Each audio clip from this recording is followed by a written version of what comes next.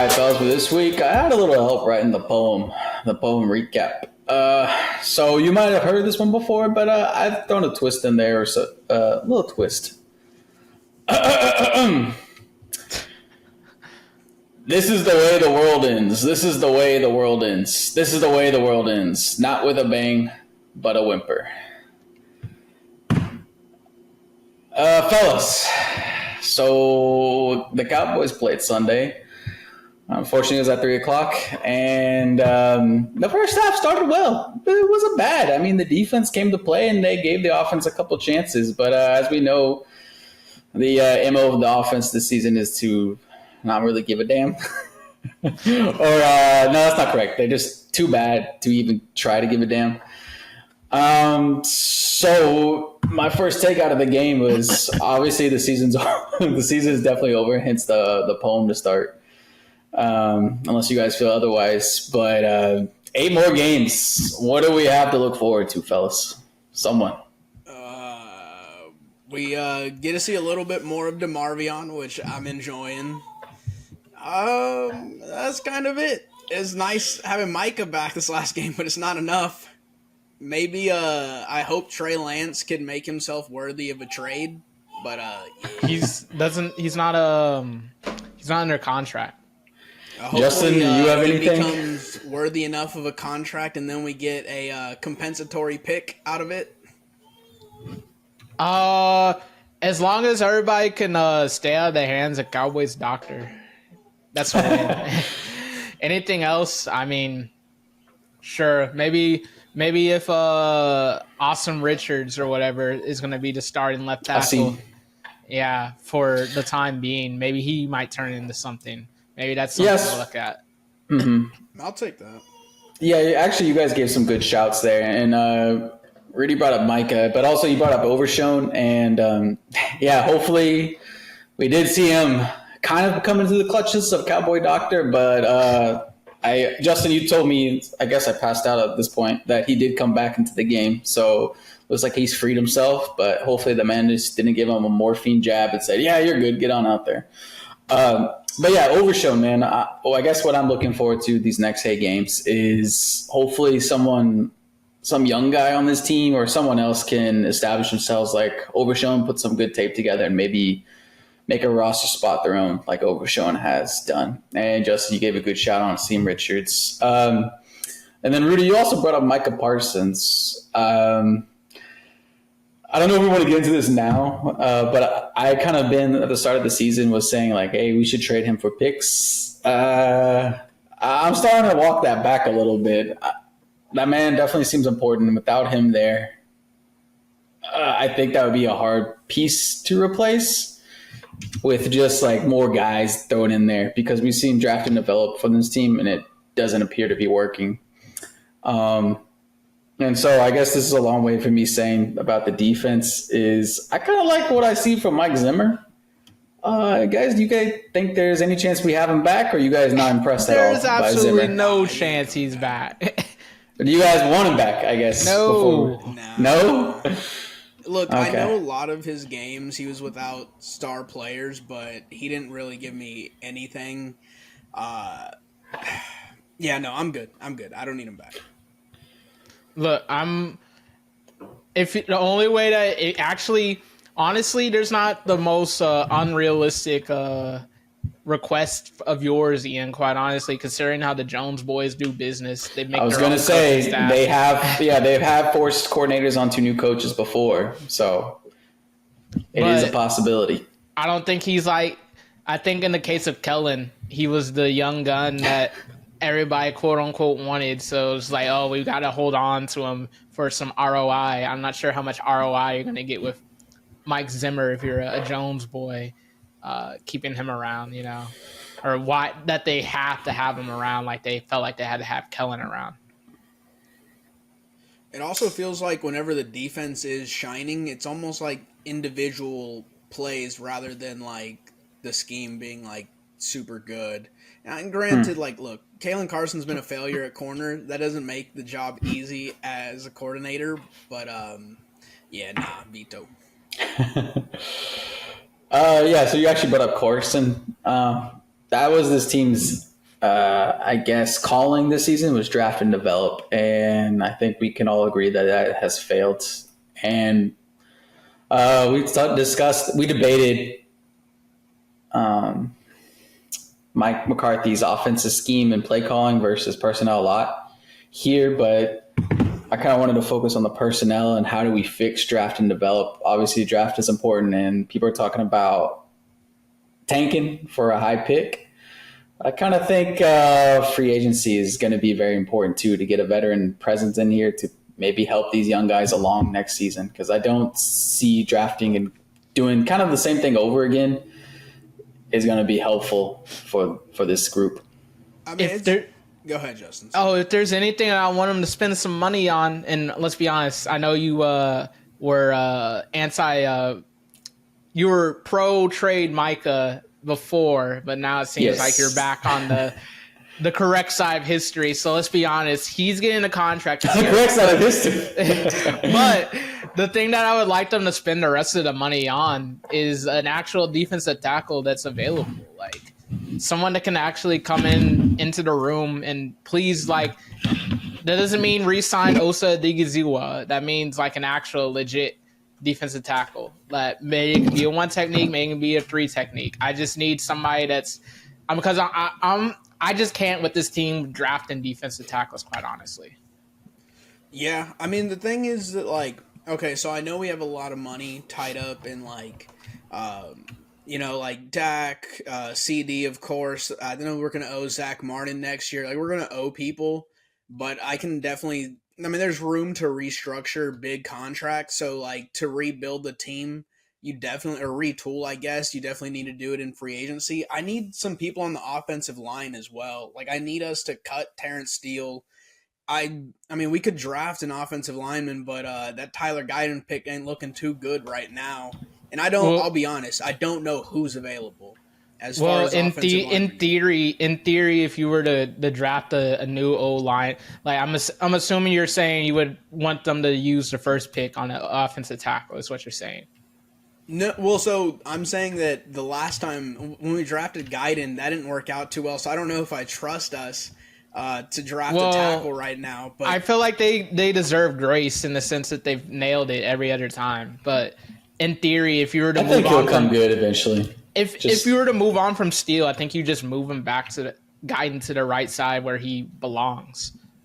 I mean, that's fine. I do need the offensive line improved. And so, look, if we draft a tackle in the first round, I'm not opposed to it at all because, like, I mean, we've been under pressure and we've had stupid penalties that kill drives. So I need someone disciplined, a solid offensive lineman going into next season. And, yeah, defensive tackle is a massive need, I think. And then I think you can look at your secondary as well, honestly.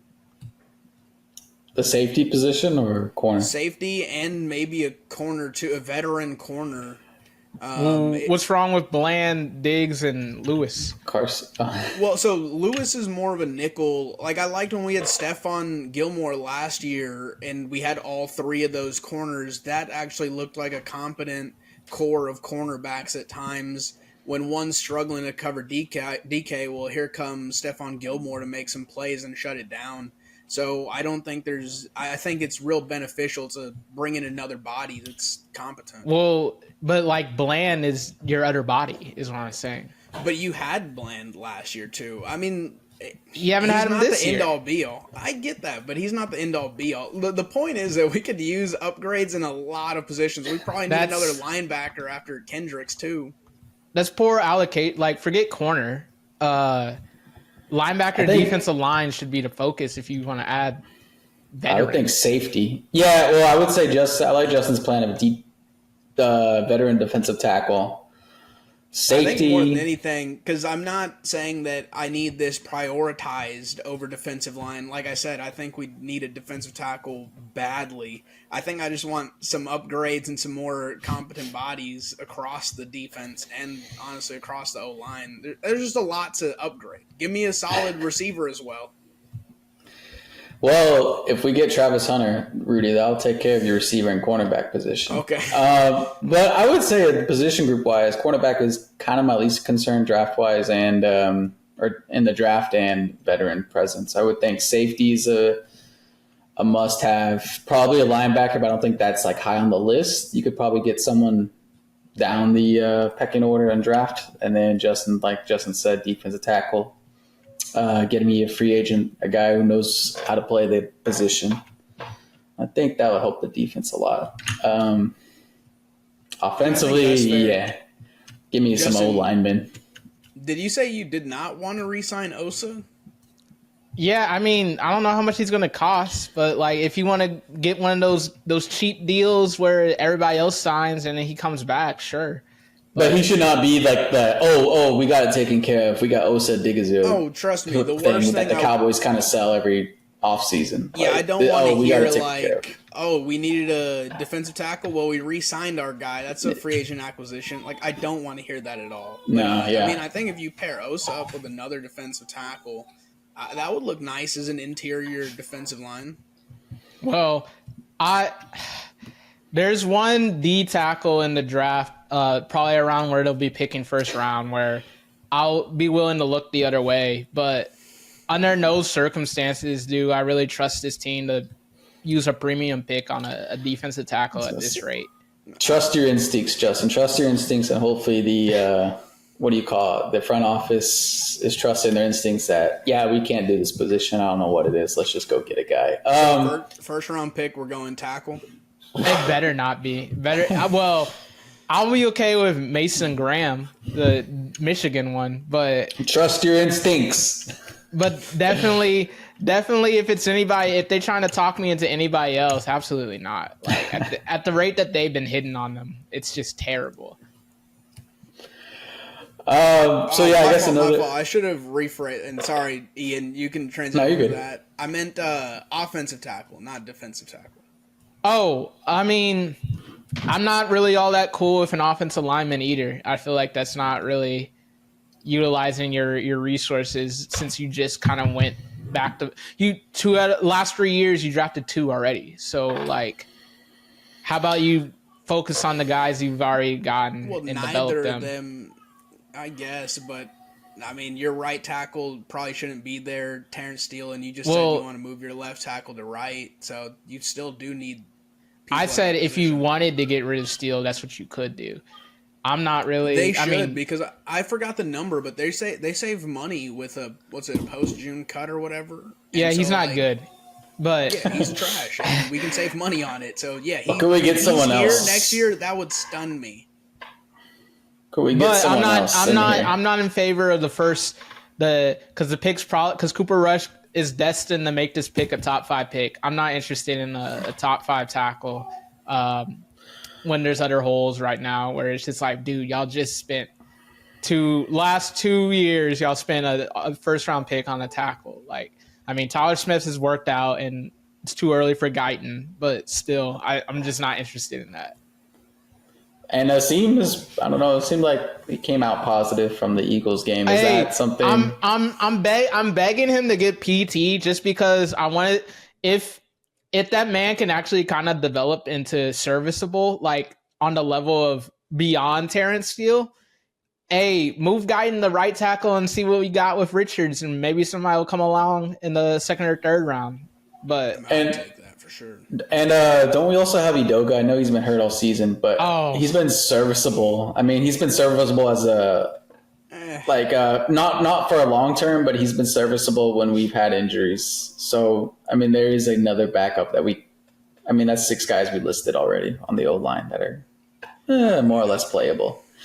I'm not saying they're all great, but I mean, saying you have it covered, so maybe focus elsewhere in the draft. But that does go to my next point, which is the quarterback. Old Dak Prescott is having a surgery, or he already had surgery. He came out, successful and everything. But next season, that man needs to be protected, wrapped in bubble wrap and whatnot. Are you guys at all concerned about his injury proneness nature, or does it even matter because he's already signed here and we're just going to have to do our best to keep him healthy? I don't think it matters. Like, who cares if he's injury prone? The contract's the contract. It's not going away. I know, like, people are like, maybe they could do in line with what Atlanta did and Absolutely not, bro. Especially with the quarterbacks this year. Absolutely not.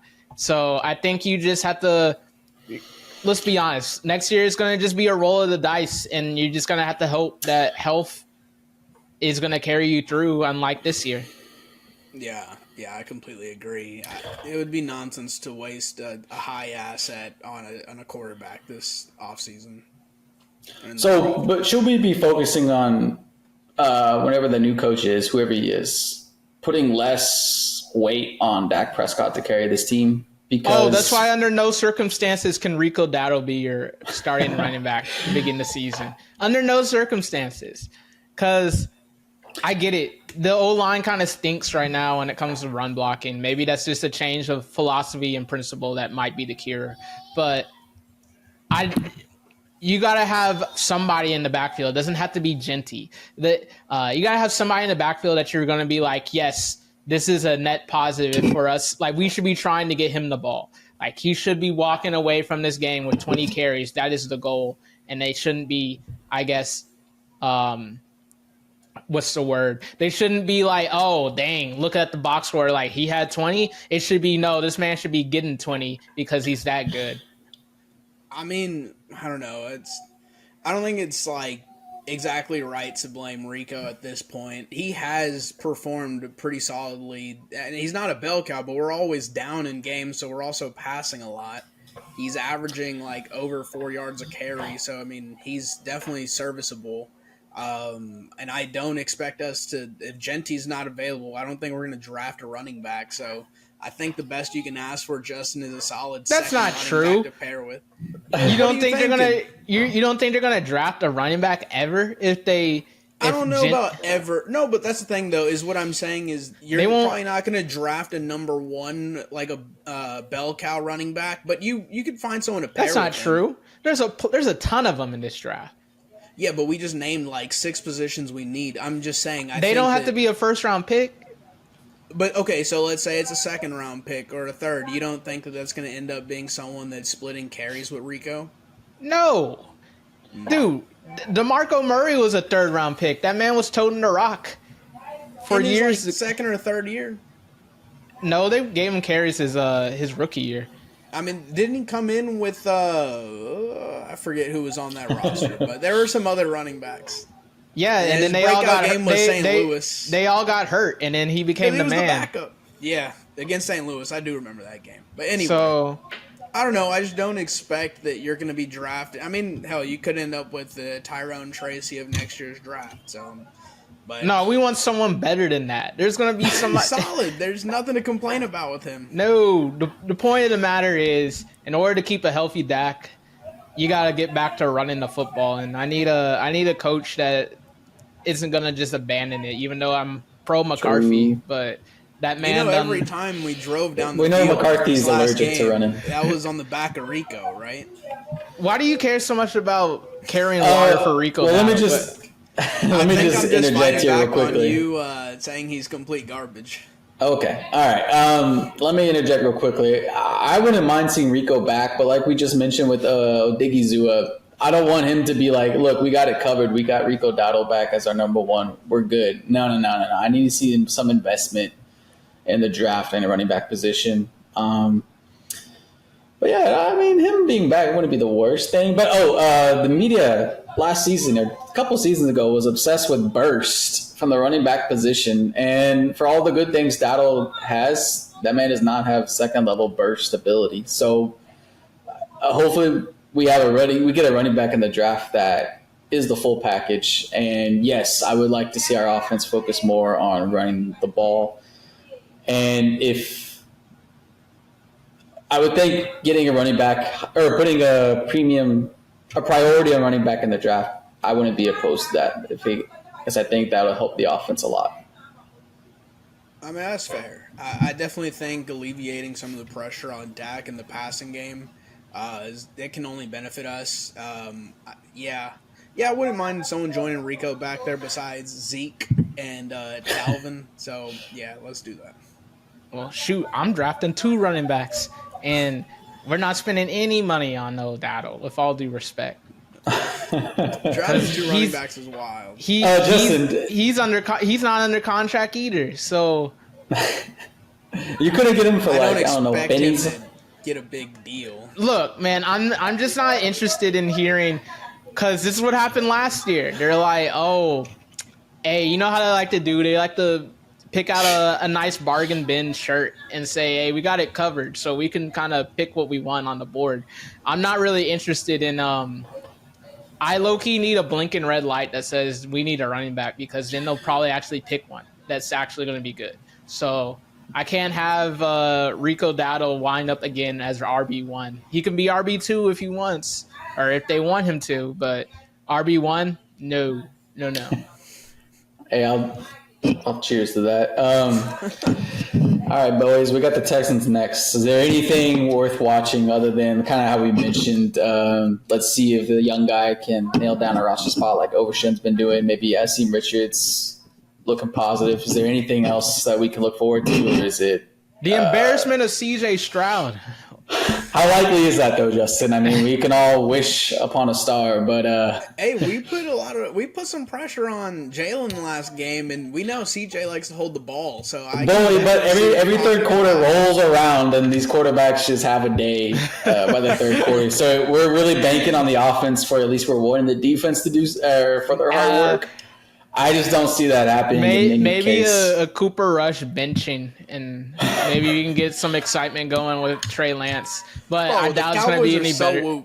Because, Trey Lance comes in, and he does the first 2 plays of a drive, and they're like, put Cooper out there to throw for the first. It's like, Jesus Christ. If you're going to put in the young quarterback, just keep him in for a 3rd and 10 or whatever it was. Yeah, I expect to see some Trey Lance play at some point because Cooper trash, but Jesus, I hate seeing this 2 QB system. All of that unlikely with Will Grier coming in. As that's been the news this week. So Trey Lance, this offensive these coaches seem less and less likely to play him. No, but the coaches don't select who actually goes in the game. That is Jared. If he invests in someone, that guy is coming in. Except if you just traded a 4th-round pick for a wide receiver. But for the most part. Oh, I know something we can look forward to. What's Your that? boy Chill Hill had the scoop. Mingo. Hey, is he going to play? Yeah, apparently. That's according to Clarence. That he told him. I was wondering who Chill Hill was. That's Clarence. Yeah, that's Clarence. Okay. He said that Mingo told him that he making his debut Monday. So, look, man. Well, I also expect to see 1 catch for 4 yards, and that will be his day. So I'll look forward to that 1 play he makes. Maybe Rush might let the deep ball go. Oh my God, Justin! And this is not related, but you saying that it's on Monday night just made me. I didn't realize it was a Monday night. That is a horrendous time slot for that game. My goodness. No, Rudy, because it's gonna print money. That's all that matters. Look, I get it, but nasty matchup. I don't want to see that. What's so nasty about it? It's the 2 Texas teams, and we got the Cowboys playing on prime time. And the QB holds the ball all day. This. Hey, there's a lot of backups playing in the NFL right now, boy, and this is not the worst one. I mean, look, we're not the show that hates running backs here, so enjoy a bunch of Joe Mixon and Rico Dowdle, but gotta veto. I don't even understand that point. But as long as the classy Cowboy uniforms are on display on a prime time, I'll allow it. Watch, you're going to get the all blues for whatever reason. Hasn't it you know already it's been coming. What uniforms we're wearing? I don't know. Yeah, they have. So, Justin, you're probably right. So, actually, the question I asked, what do we look forward to? I think it's nothing. If we're going to roll out either the blues or, I don't even know, the crayon uniforms that Rudy likes, the white crayon stupid uniforms. Whites. Or the color wash whites. No. Yeah. Y'all hate on that too much. That's fire. Absolutely not, but... Hey, I mean, I know the Cowboys they're not mathematically eliminated, but however, they're all but eliminated. So let's go ahead and take a look at the entire playoff picture now that we're about 10 weeks through the season. I'll pose the first question as a team that we just played. Is Philly the nastiest 2 seed ever? On the verge of getting someone fired, and then they somehow, I don't want to say like they've been playing great football, but they've strung together a couple of games where they've looked okay, and now they're the 2 seed with still a decent shot of getting that 1 seed. Uh, yeah, they're nasty for sure. Like, I mean, at times they look talented as hell. They have a lot of players on that team, but then they also allowed Jacksonville to come back in the game against Dallas. I know we mentioned a lot of like Micah Parsons coming back and Overshown impressing, but at halftime that was 14-6 against like a bad Dallas team at that point. They've also got during this run wins against Cleveland and the Giants. Yeah, they're fake, dog, but they were last year too going into the playoffs. I don't know. They just don't intrigue me at all. Bro, they're 100% nasty. If we just had Dak this last game, bro, that would have been a dub for the Cowboys for sure. I mean, like, come on, boy. Like, what are we talking about here? Oh, But, I Justin, agree. That's why I'm just like, man, it speaks volumes that the cream of the crop in the NFC, your top 4 seeds, Lions, Eagles, Falcons, and Cardinals. well, what I was gonna say, Justin, is if they weren't there, odds are, or the only reason they're there is because Washington pooped the bed. But they, I mean, regardless, whoever you put there in the second seed is, as you just mentioned, Falcons, Cardinals. It's nasty. Although the Cardinals, they might have something. Yeah, there you go. No. Chief. They There you might have go, something Chief. with that quarterback play I don't- there. I mean, I don't they think, might Chief. have the best quarterback in the playoffs. Better than Goff? Second best quarterback. Yeah, I don't know, man. That man Completely just threw different 6 game, but picks. same amount of points contributed. Goff has I- every weapon in the world and some creativity and an offensive coordinator, so he's got a little bit of an advantage there. But Kyler's looking good, man. Can I say this something about Kyler? I feel like he's the in-between generations of quarterbacks. We have the Goffs, the Daks, the last of like, I don't know, the old era that we grew up on when we were young. You know, like Aaron Rodgers and all that. Like Dak and them are like the late stage of Aaron Rodgers, Ben Roethlisberger and all of them. And then we're now, if you look at the Caleb Williams, all the rookies that are coming in, the influencers that Justin hates and that are kind of overhyped and, like I said, influencing the opinion on the media just by their own TikToks and this type of attraction they generate on social media. Kyler's right in the middle of that, I feel like, because that man definitely an influencer with like his Call of Duty thing that happened earlier with this contract. And I don't know, like I was browsing YouTube and that man had like a 72-hour day in the life of a quarterback. And I was like, wait, what? This is how? And then it was going through his day. So all that being said, I kind of feel like I'm right with Kyle Murray because I feel like he more leans to the Dak Goff, the Stafford generation. So He's definitely I like hated what I'm like seeing. them. Huh? He's definitely hated like them. True.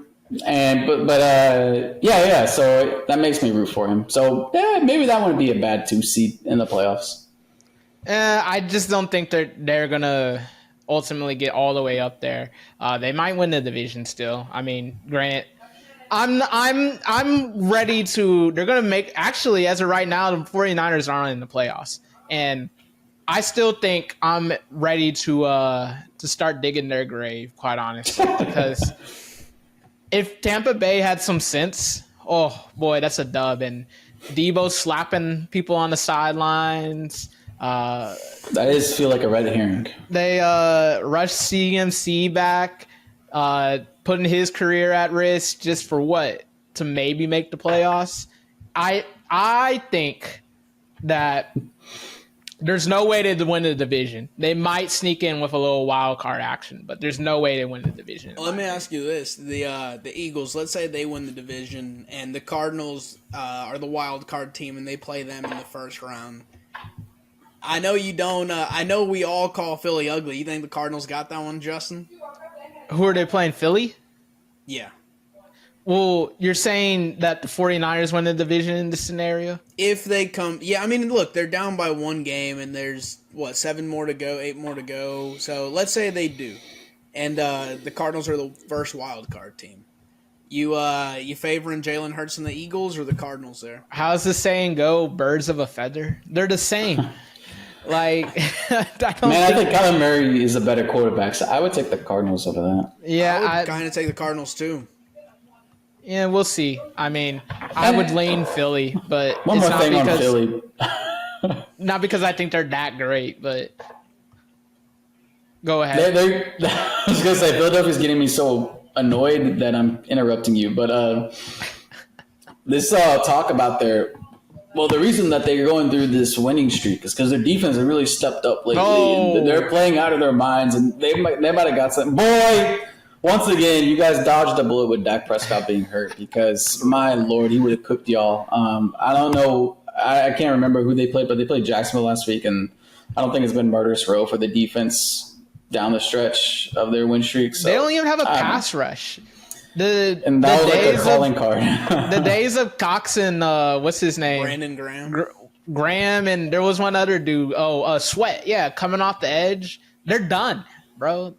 There's nothing to be afraid about. No Philly defense. I'm sure statistically they've been improved of late, but like nobody. See, that's the thing, man. I don't think there's any like the only defense in the NFL right now that I'm going to put my money on, like chips on the line. Well, maybe Broncos, but the Steelers, because I'm ready to Vikings to say that defense? No. Who would you say? Vikings? I said the Steel. You talking about Rudy or me? Rudy said some defense. Vikings. Yeah, you're not impressed by the bad. Vikings? They're nice, but like I ain't putting my money on the line with them. I'm What putting my about money Harbaugh with and the Chargers. no. What about the Chiefs defense? I mean, that team is kind of that's the reason why they're undefeated. I mean, we'll get to them, but like this is my point. It's not necessarily like that's a given. KC is exempt from this discussion because they're going to be in it regardless. 95% of the reason because of that defense. I'm just saying, like, as another team that's like of these other quote unquote contenders, I would like to see chips on the line. I think the Steelers can make some noise in the playoffs, quite honestly. I think I'm ready to. I don't think Russ is fixed, but they done figured out a way how to manage him. Yeah, I think before the season started, I would have honestly assumed that Justin Fields takes over that QB position, but Russell, you're right. I mean, like, he's not fixed, like he's not the end all be all, but he's good enough with that defense to where, like, I mean, it's working out for them, man. I'm surprised. Like, Mike Tomlin's defenses should never surprise me, so I guess it's not that, but it's like the first time in a while I've seen the offense not completely ruin the Steelers as a team. So, yeah, they could make some noise in the playoffs. I'm right there with you, Justin. And then we kind of talked about this last week. As long as the Pittsburgh Steelers, they just needed not Kenny Pickett on their team, and they were going to be pretty decent these last few years. And now Russell Wilson is just doing enough. Russell Wilson is definitely way above Kenny Pickett, and they're not asking him to do a lot like Seattle was. So he's kind of good, and I thought Fields would have had that position by now, but the way they played it kind of came out, benefited them. And, I don't think, like, we know Baltimore Ravens, the Bills, they all have this kind of, or 49, I guess that's not an AFC team, but they all have, like, this kind of voodoo, little scared, or I don't know, they have, like, the Chiefs are in their head for sure. And Pittsburgh seems like a team that doesn't, they don't fear nobody. Yeah, they don't have that just because of the wars in the AFC North with Baltimore, Bengals. Whenever those teams lately have been running the division, Pittsburgh always gives them hell. So, yeah, it's a team to watch. This is unrelated, but Justin had mentioned the Broncos defense earlier. The Broncos defense is so good. They got Bo Nix in a position to be the third wild card team right now. That is nonsense. That offense is look woeful. Rudy, I want you to take a look at the in the hunt graphic in the AFC too. It's say it one more time. Sorry. I want you to take a look at the in the hunt graphic with the AFC as well. Considering that like the Colts and the Bengals and the Dolphins are all not the Dolphins, but the Colts and the Bengals all have like they're like a game back.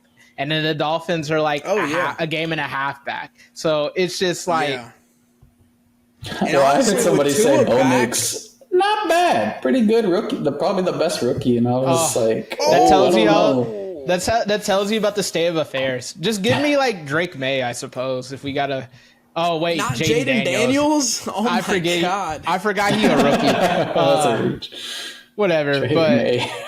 give me Drake May as number 2 in line because Caleb Williams. They were talking about that Schefter report came out that all things are on the table as far as shaking things up. Hey, bro, don't let him get benched. No, I swear, because boy, I'm gonna be insufferable that week if he gets benched. He won't be benched. It's on the table. Okay, it's not gonna happen. I'm just Am saying. I? I'm just saying. So, Chicago, they still have their head coach, or did they fire their OC or something? They fired the OC because it's Justin, they'll always, run through the always entire the coaching coach's. staff. It's always the coach's fault when it comes to them, not the players. I brought it up a few weeks ago. Maybe was it last podcast or it was probably 2 podcasts ago that like it's the former Seattle Seahawks OC. And they were like, every wide receiver was so ecstatic to get rid of him. And then obviously we've seen DJ Moore's displeasure with the play calling this year.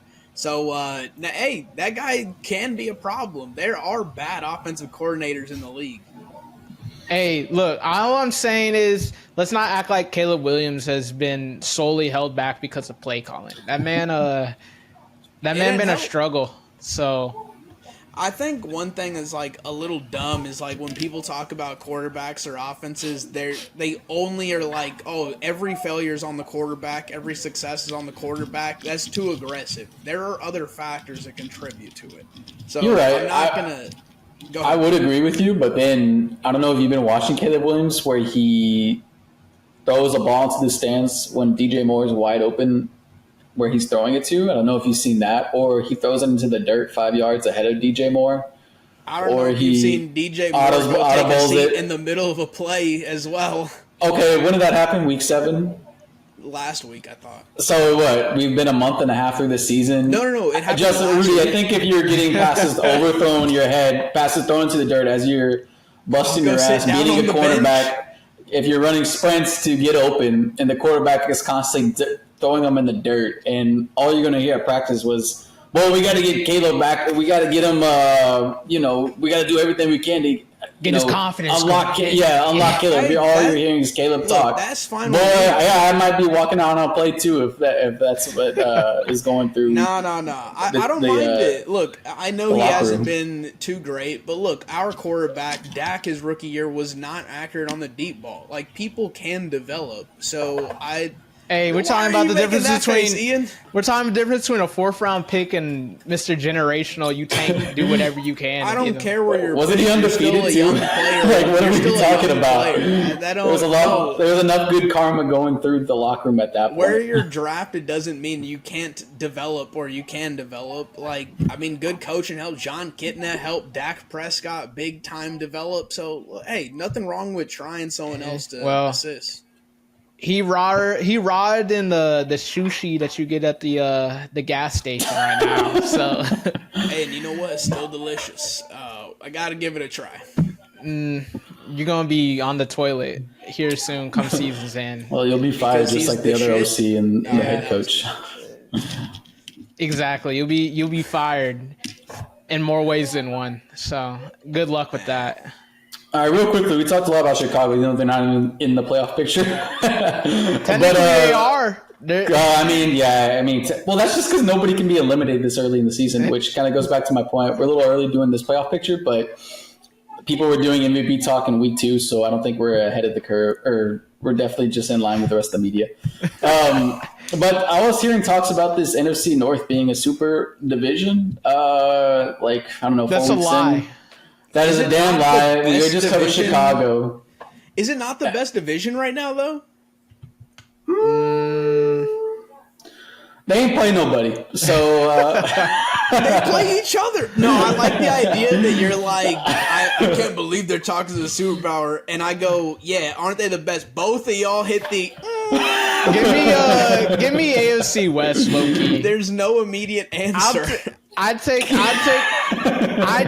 Broncos over the Pack, and I think I'd take the Chargers over the Vikings. I think I'll take the AFC North. I think Cincinnati at least has a real quarterback. Green Bay, boy, they're flirting with disaster with this quarterback situation. Minnesota hanging on to the skin of their teeth with their early 5-0 record. They could fart around on noon and no one will care. They'll just look at the record and just be like, "Oh, they must be good." Look, the Chargers are all right, but I would put the bottom 3 over the top 3 in that.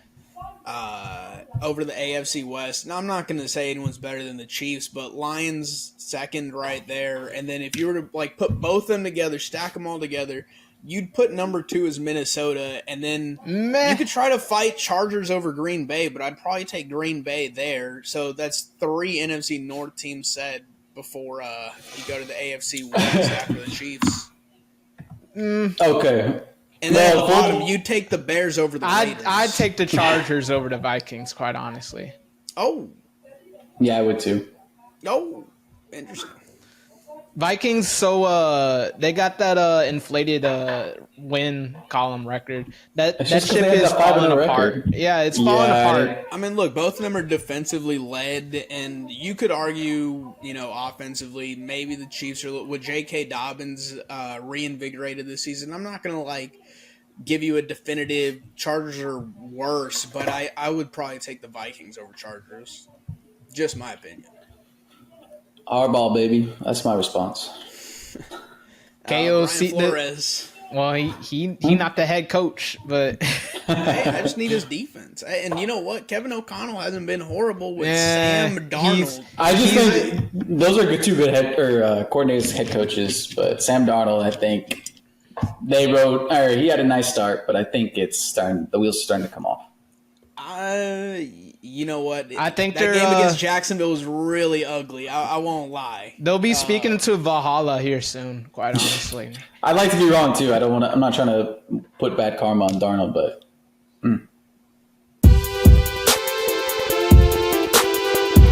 All right, it's time for everyone's favorite segment, the Pick'ems. Ian, as you do every week, let us know how we did. Well, Rudy, your hot streak continued because you finished the week with 11 wins, which was good enough to be number 1 once again. Chief finished in second with 9 wins, and Justin, you came up third with 8, which means the leaderboard is now tied at the top, as Rudy and Justin are both on 79 wins, and Chief is in third with 76. Back to you, Rudy. I love to hear that. That is great. Now, let's go ahead and create a gap between Weez and the boys. We're going to start off with Thursday Night Football. We got a divisional matchup. The Commanders traveling to Philadelphia to take on the Eagles. The spread is currently Commanders plus 3.5. And I will take Philly in that one. Eagles. Yep. Clean sweep for the boys in green. Moving on. Sunday, we've got another divisional matchup, still in the NFC. We got the Packers and the Bears taking place in Chicago. The spread is currently Bears plus 5. And I will take the Packers. Give me the Pack. Go, Pack, go. Another clean sweep for a team in green. Moving on. There's no team in green in this one. The Browns and the Saints taking place in NOLA. The spread is currently Browns plus 1. And I will take the Browns plus that 1 point. Give me New Orleans. I will take NOLA. All right. I'm going ahead and widen that gap right quick. Pause. The Rams are taking on the Patriots in Foxborough. The spread is currently Patriots plus 4.5. And I will take the Rams in that one. Give me LA. All right. I guess I'll take the Rams. Lame. Moving on. we got a divisional matchup. The Ravens are taking on the Pittsburgh Steelers in Pittsburgh. The spread is currently Pittsburgh +3, and I will take Pittsburgh. Give me Baltimore. I will take the steel curtain. All right, Justin, sorry you had to lose that one, but is what it is. Moving on, we got the Raiders traveling to Miami to take on the Dolphins. Spread is currently Raiders +7, and I will take the Dolphins. Give me Miami. Yep. Alright, clean sweep there. We got Jacksonville traveling to Detroit to take on the Lions in a battle of the big cats. The spread is currently a whopping +13.5 to Jacksonville. Oh, God. Give me the 13.5. Lions. Oh, God. Y'all think Mac Jones got it? All right. Go I ahead. mean, he didn't do too bad against Minnesota. Well, he didn't do great. They but the scored team- 7 nothing. points. The opposition did 12. It was a 5-point game. Yeah, but Lions, give me the Lions. -13.5 points. My God, that's I guess so Justin much. made a really good argument because I'm taking the Lions as well. So It's I a mean, lot, enough dude. said, It's not bro. often we take a spread that's 2 touchdowns deep. But regardless, we did. And we'll go ahead and move on to the Vikings traveling to Tennessee to take on the Titans, where the spread is currently Tennessee +6. That's 6? That is 6. I'll take Tennessee +6. Give me the Vikings.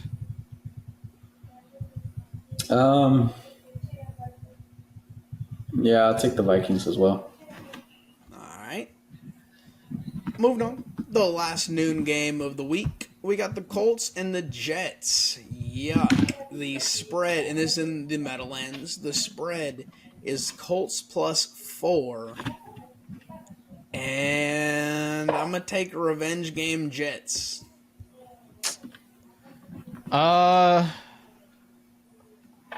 Old tap out boy is back. But fine, I'll take the Colts. Who's tap out boy? Anthony Richardson.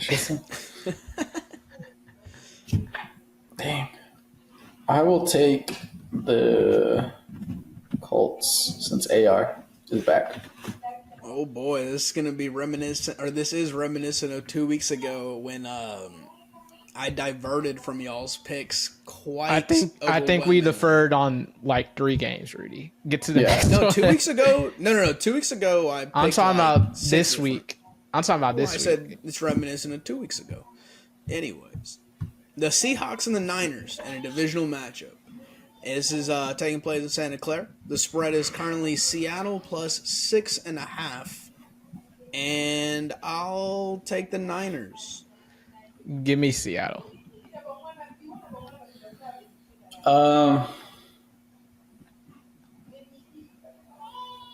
Give me Seattle. Oh my goodness, this could go very well or horribly for me.